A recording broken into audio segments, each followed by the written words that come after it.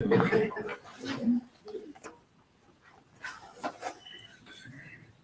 to have Tammy and Ray, and we'll see if anyone else gets online.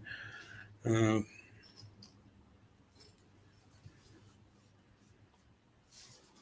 kind of going with a skeleton crew today, but that's okay.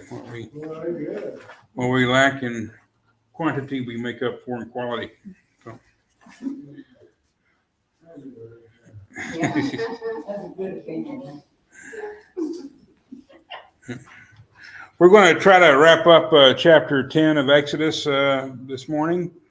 So if you would turn your Bibles there, if you haven't already, Exodus chapter 10. We will begin in verse 21 and read through the end of the chapter.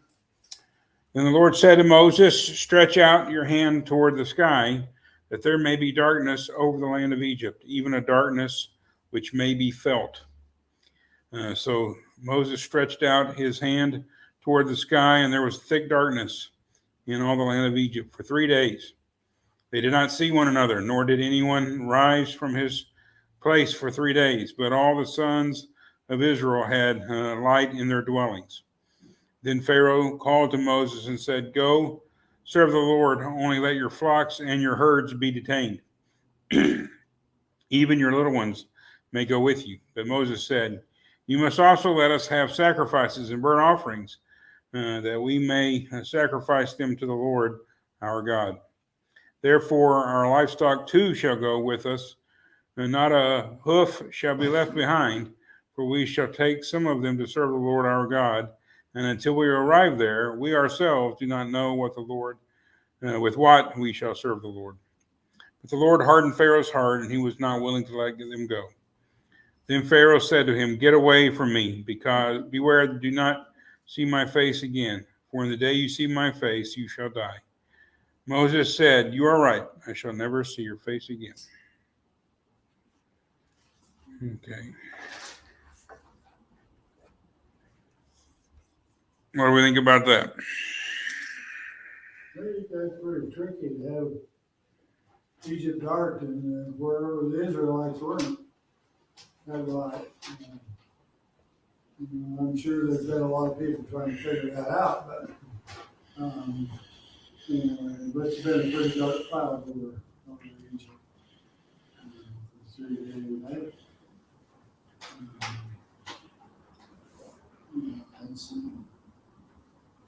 It's always amazing after the thing, Pharaoh says, "Take them and go." This time he said, "Take the women and children," but once he got down to the real part of it, he said, "Hardened his heart again." The Lord is using him mightily, and this is the only way to put it, to prove a point. Yes, sir. I just comment on verse 23. They did not see one another, nor did anyone rise from his place for 3 days. So I almost get the impression, even within their house, it was dark. Mm-hmm. Or is that too far? No, it's absolute darkness, so dark it could be felt. So they couldn't see one another. So Couldn't light lamps. the only time that's ever happened to us, we happened to Lewis Clark Caverns once, down into it, and maybe 5 minutes into the walk, when they stopped us all, and they turned the lights out. And it's That, dark. that really gives you a, Where is that at? it's in Montana. Those two Okay. parts in Montana. I've been in the Carlsbad Caverns in New Mexico, and they did a similar little trick like that. And I mean, it's Well, you can't see your hand in front of you. So at least they have a feel from that. But for 3 days, It's a lot of fun. Yeah, That's thick and dark. I mean, there should have been no question in anyone's mind. The Israelites, the Egyptians, this was God working. This wasn't just a simple cloud passing in front of the sun. That was unique. not even the flashlights on our cell phones worked. That's how dark it was. It really must have been a cat was trying to light it. Apparently, doing that. It was a dramatic effect. That was Any other thoughts? Just wonder, I mean, they've been so devastated, and it's kind of like, maybe you got to the point where you people can go, but we want you to leave all the animals. Because we're pretty short on animals right now. Okay. They were having food supply shortages in Egypt. Huh? Leave your baby formula. Wait, we need it. That's a thought to that. We may have some babies getting by on goat and sheep milk here before too long. I guess it's nothing. I'm not trying to really make light of it, but it's Nothing wrong with that. babies. Some of us grew up on that anyway. Babies have lived a long time without formula, so it's we've kind of built our society on having it available now, but not every, without getting too into the biology of the whole thing, not every woman is a great nurser of children, even though they probably all want to be when they have children, but it doesn't always go well for them. So they probably had to augment the baby's diet with milk from other creatures from time to time. I remember watching one of those talk shows one time, and I'm not going to name her because I don't want to give her any credit or anything, but there was an actress that was on there that said one day she had this epiphany that when she was drinking a glass of milk, she was drinking mother's milk for another animal. And I'm like, you had to have that epiphany to realize that cows don't make milk for us. They make them for their babies. That's why they have milk to begin with. But it's getting back to the darkness, getting back to the kind of restrain the animals. That's a good point. They've lost livestock and they've lost other foods, the grains, and there's maybe the possibility they wanted to exploit Israel further when they were gone, but also it's a tie to bring Israel back. It's how do we know you're not going to just up and leave if you take up everything, all the women and children, all the animals, and you go off into the wilderness? How do we know you're going to come back and come back peaceably? Well, that was part of the plan, I guess. So it's to me the symbolism of the darkness kind of harkens back to God flipping the script a little bit from the very beginning. In the beginning, there's darkness. The Lord said, "Let there be light."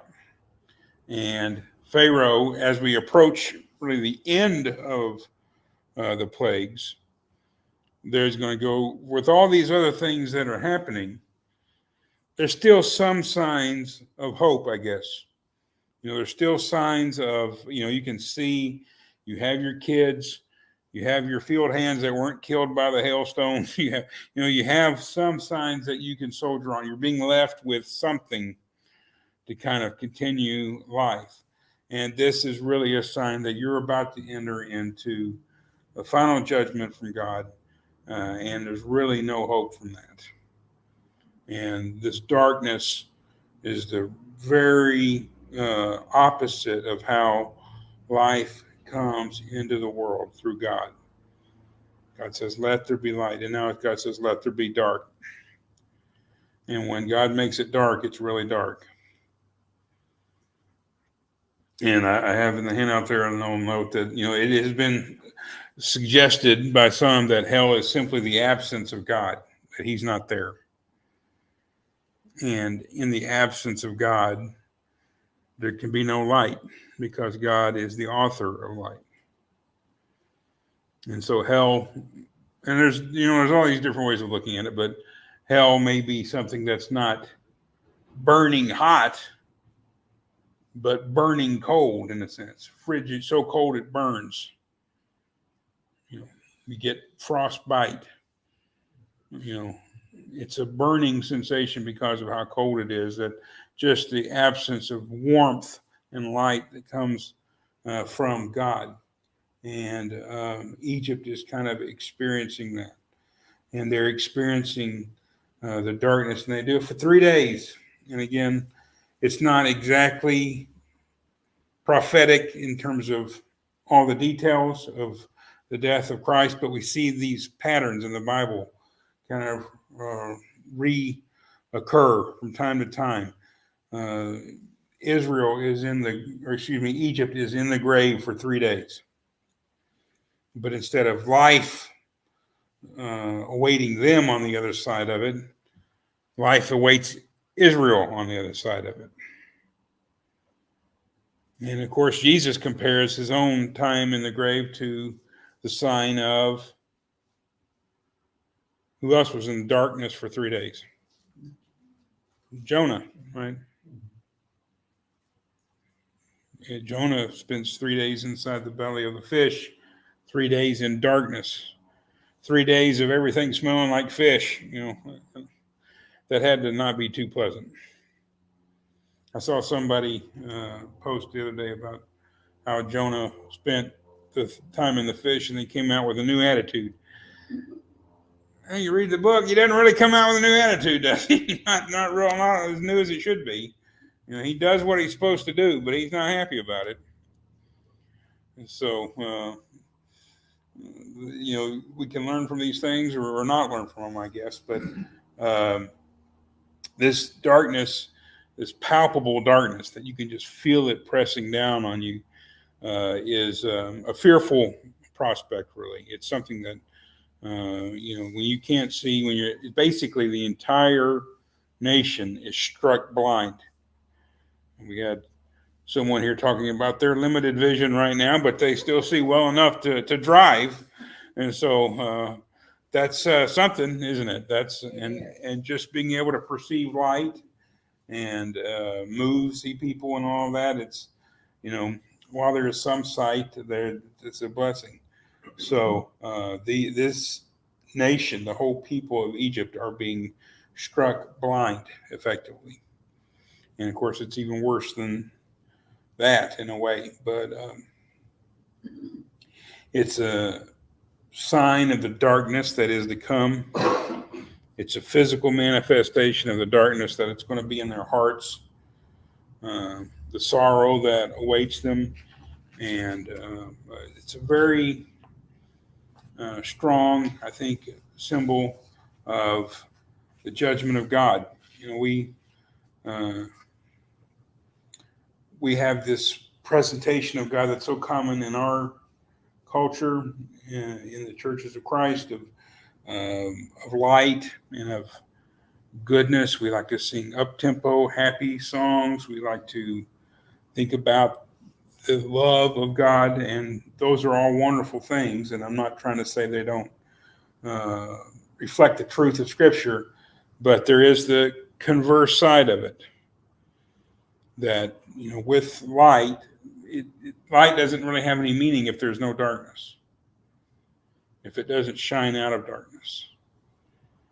And, the judgment of God is very real. And we'll see that a little bit more as it unfolds in the coming chapter, but chapters 12 and following, I should say. But it is in a way, I guess you could say, the worst plague so far, even though it's not physically harming. It is showing Egypt what rebellion to God ultimately is. But turning away from God is turning to darkness. Yes, sir. I was just reading verses 25 to 26. I hadn't thought about this in this, but it appears like during their captivity, they were not serving God because they weren't allowed to have sacrifices. Well, I don't think he would have said this. He must also let us have sacrifices and burnt offerings. So they were being restricted in the worship of God. That's the way I read it. There is, I forgot to write it down. There is a verse earlier in the Bible where it says, earlier in Exodus, where they said they bowed down and worship, but they did not have a regular corporate worship service. They had not received the law of Moses yet, so they did not have order of service. All of we'll get into them later on. There's a lot of rules and regulations about how, and even in this passage, Moses acknowledges we don't know what God is going to ask for us when we get out there. Yeah, we need to take everything because we don't know what God's going to want once we get there. So they did not have a regular corporate worship service. How many of them actually knew of or thought about the God of Abraham, Isaac, and Jacob? It's somewhat speculative. It's highly speculative, I guess. But they certainly didn't have. The heart of Jewish worship, early on at least, is Passover, and they haven't instituted that yet. So they're about to receive. There are very much in the chapter 12, when we get there, it's a lot like Genesis 1 in that you're instituting something fundamental to the Jewish practice of life. Genesis 1 ultimately points towards keeping Sabbath. 6 days he worked, the seventh he rested. So here in chapter 12, when we get there, it's the Passover. And we'll talk more about that at that time. That's why I was wondering if, and I understand what you just said about the darkness for the Egyptians. Yeah, for the Israelites, yes. Israelites, right. They had the likeness, but I'm sure they could see that the Egyptians had darkness. So to me, that kind of gave the opportunity for God to say, hey, you're my people. There's ones that aren't my people. You're in darkness. You're in light. So kind of the start, would you almost say, of their physical manifestation of God to them, in addition to light shining out of darkness. Right, Yes. there's two different things playing here. It doesn't need to Israelites. Let's have some importance. I mean, not that I'm saying it didn't, but I think it really does have something that we have to think about. God is light, as you said. Here's the darkness, here's the light. And they had to be able to see that. To me, that is almost as significant as the fact that Pharaoh was darkness. But yet, God's saying for my people, it's not. And we've talked, I don't remember who Matt wrote up last week, but I think it was Dahlia, the kind of way the plagues, to some extent at least, counter the Egyptian mythology. And of course, they worship the sun. They weren't the only ancient culture that worshiped the sun, to be sure. But Ra, I guess, was the sun god of Egypt. Where is Ra now? What is Ra doing for you while you're in darkness? So, and again, the ancient cultures did kind of see how the fates of their nation were going, reflected the comparative power of their gods that they worshipped. So, to that extent, if you want to look at this, is certainly God's power being displayed over Ra, I guess you could say. But it is, in a sense, maybe the most visible and tangible manifestation so far of where Egypt is heading in resisting God.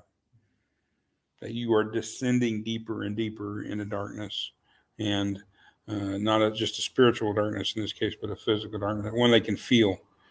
I don't know if they're still popular, but a couple of years ago, all the rage was those weighted blankets. Have you heard of weighted blankets? I think it was especially popular among women, but the heavy blanket, they liked the feeling of having that heavy blanket on top of them. That doesn't even sound appealing to me, but some people liked that was very popular with them. And this is kind of this blanket of darkness weighing down on them. And instead of bringing a feeling of warmth and security, it was a feeling of despair. Okay. Chapter 11 is very brief. It would be nice if we can get through it today. If we do not, that's okay too. Let's just go ahead and, we'll divide it up a little. We'll look at the first three verses. Now the Lord said to Moses, one more plague I will bring on Pharaoh and on Egypt. After that, he will let you go from there. Or here, excuse me. When he lets you go, he will surely drive you out from here completely. Speak now in the hearing of the people, that each man ask from his neighbor and each woman from her neighbor for articles of silver and articles of gold. The Lord gave the people favor in the sight of the Egyptians. Furthermore, the man Moses himself was greatly esteemed in the land of Egypt, both in the sight of Pharaoh's servants and in the sight of the people. Okay. What do we think about that?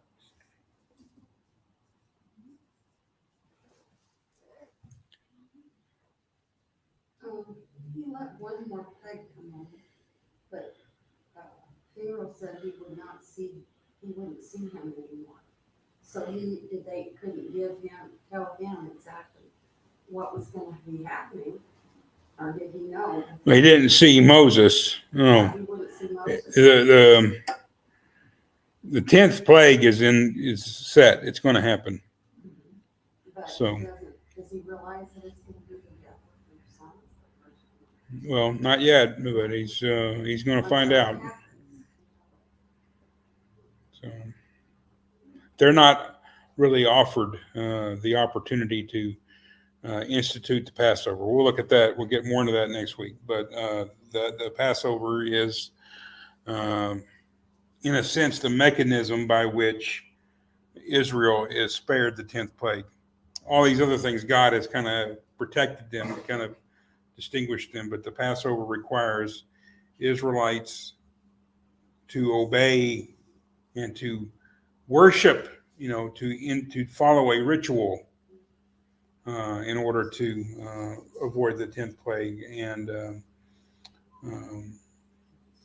that is what's coming. And there's no way to avoid it. And God doesn't really, the point of the 10th plague is not just to liberate Israel, but to have Egypt drive Israel out of their midst. We don't want you here anymore. No matter how much we've clung to you so far, we don't want you anymore. And not only can you go and take your wives and your children and your flocks and herds and all that, here's our American Express card. Here is all of our money. Leave. How badly do they want them gone? They're paying them. They're paying their slaves to leave. That's when you want someone gone. When you pay them to leave. And the process begins. And you see that Moses is very highly thought of in the community. And it's, winning makes people respect you, whether, on a personal level you deserve it or not. But, when I first moved out here, Seattle's favorite team was the Mariners because they were really good at the time. They had a season where they won more regular season games than any Major League Baseball team had ever won before. They were bounced in the first round of the playoffs, but during the regular season, they won more games than any Major League Baseball team had ever won before. And, of course, everybody in town, they loved Edgar Martinez. They loved all the other players that were on the team. And it was really, they built them a new stadium and all the other stuff that was going on. I think they may have already built them the new stadium. I'm not sure. But that's how much of a newcomer I am. I still think of their baseball stadium that they play in now as the new stadium instead of the Kingdom. But they made such a big fuss over them because they were winning. It's been a little bit different the last 15 years or so. They've struggled quite a bit. And then the Seahawks had a lot of success, and they won the Super Bowl. And, they were really highly – they got a new stadium, too, out of the deal. So, everybody loved the Seahawks. And now they've been declining.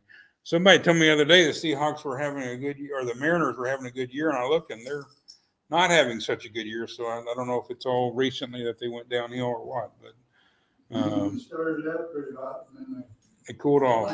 they cooled really. Won 2 games and lost 13. But when you win, you're a genius, aren't you? You know, the coach couldn't do anything wrong when he's winning, but when he's losing, he can't do anything right. So Moses is winning. He keeps defeating Pharaoh, and in that culture, you know, Egypt is looking over and seeing this former member of the house of Pharaoh, who was actually a Hebrew, coming back home and kind of, you know, kicking Pharaoh's tail end every time he turns around. And then that is making an impression. And all of a sudden they're thinking more highly of Moses than they think of Pharaoh. Moses, you know, from a political sense, from an earthly, practical sense, maybe even starts to pose a threat to Pharaoh as head of the empire. He's got the will of the people. Pharaoh's got the birthright, but Moses was raised by the daughter of Pharaoh in the house of Pharaoh. You know, sometimes you look back historically at how power is changed, and sometimes illegitimately. Moses probably has as good a claim to the throne of Pharaoh than a lot of other world leaders have had to their throne, how they got there. So his popularity is growing. The people are showing favor. They're kind of trying to reconcile with Israel, trying to make up, atone for perhaps how they've treated them in the past. And God is changing the dynamic of the relationship between the masters and their slaves.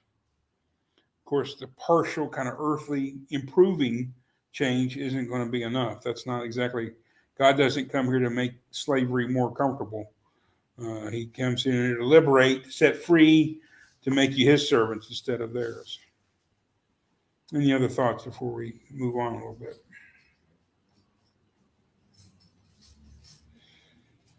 Verse 4, Moses said, "Thus says the Lord, about midnight I am going out into the midst of Egypt, and all the firstborn in the land of Egypt shall die, from the firstborn of the Pharaoh, who sits on his throne, even to the firstborn of the slave girl who is behind the millstones, all the firstborn of the cattle as well. Moreover, there shall be a great cry in all the land of Egypt, such as there has not been, before, and such as shall never be again. But against any of the sons of Israel, a dog will not even bark, whether against man or beast, that you may understand how the Lord makes a distinction between Egypt and Israel. All these your servants will come down to me and bow themselves before me, saying, Go out, you and all the people who follow you, and after that I will go out. And he went out from Pharaoh in hot anger." Okay, so it's a little ambiguous as to how Pharaoh is getting all of these messages, whether this is happening right at the same time as the end of chapter 10. This section is kind of, in a sense, a break from the storytelling. It's a little bit of a pause between plague number 9 and plague number 10, a prophecy regarding what is to come, but also maybe a chant, or kind of I don't know what I'm trying to say here, which doesn't happen too often. I usually ramble on and come up with something, but the word is, Pharaoh is hearing what's coming, but there is no offer. There's nothing Pharaoh do to stop it. There's no, well, Pharaoh, if you do this, then you won't experience it either. But there's nothing like that. It's not about, let my people go so this doesn't come your way. It's just going to come their way. So any other thoughts on that, those verses 4 through 8?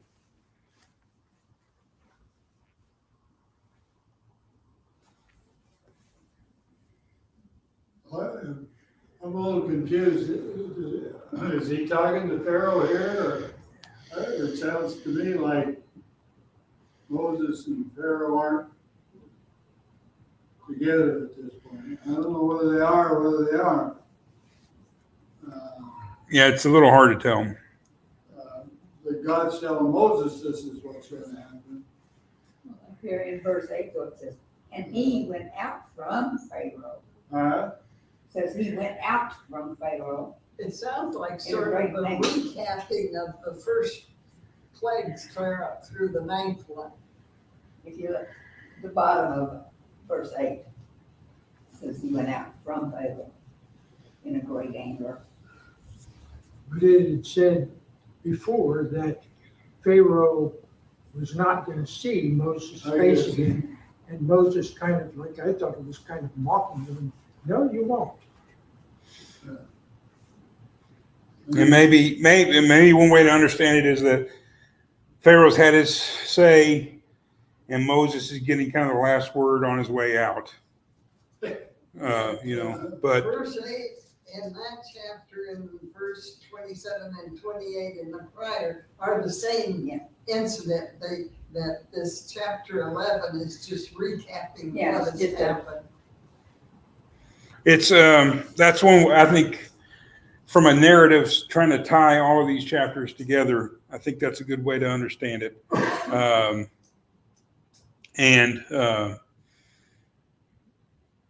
I mean, the dialogue or the state, what God is saying seems to be saying just to Moses, but maybe it's coming to Moses, kind of instantaneously.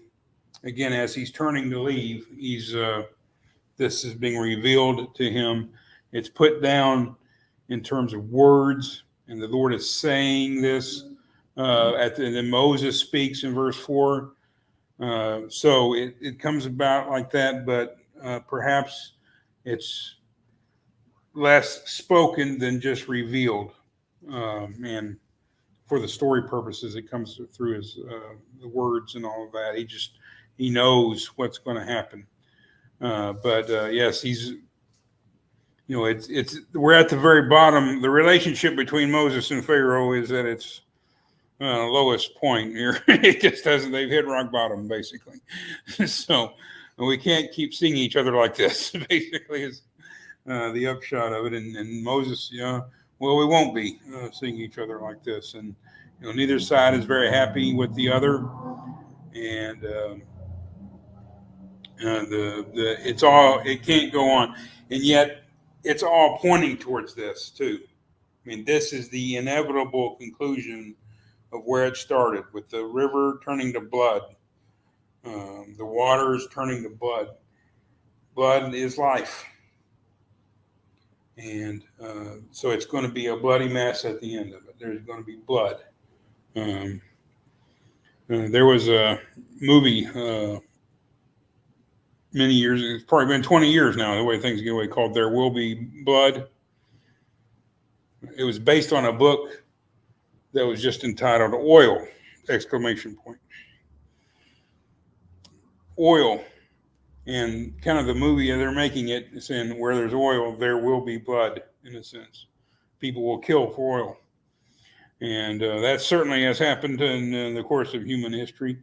This is where it was going. Where there was blood, eventually there will be death.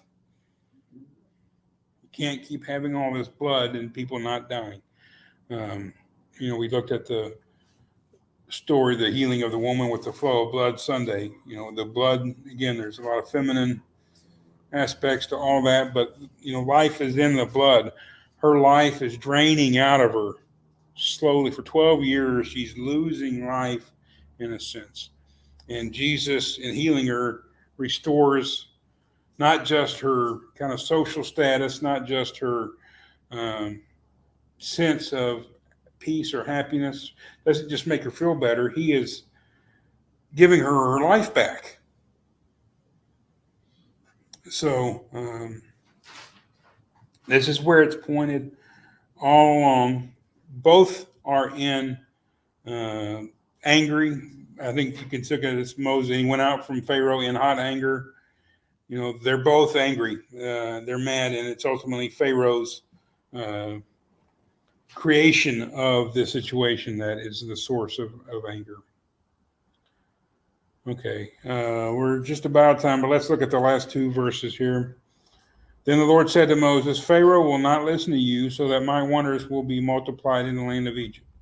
Moses and Aaron performed all these wonders before Pharaoh. Yet the Lord hardened Pharaoh's heart, and he did not let the sons of Israel go out of his land. Again, from kind of a theological perspective, if your story is ultimately, we were liberated from Egypt when God killed the firstborn of all the Egyptians, you have to kind of say, well, how did it get to that point? You know, it didn't just happen out of nowhere, and it didn't happen out of nowhere. And that's this story in those last couple of verses there. Look, we tried. God tried. He gave them every opportunity. And so it has that statement of legitimacy, why God would kill all of these Egyptians to free Israel. So, you know, it's a difficult story. It's one that very much defines Israel's relationship to her neighbors, not just in a biblical sense, not just in that period of history, but going forward. And this is how Israel sees itself. We're the people for whom God killed all of these other people.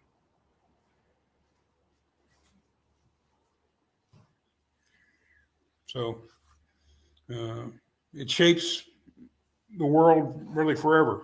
It's still shaping the world. Okay. Thank you for your attention and your comments. Mr. Wade, will you lead us in a closing prayer, please, sir?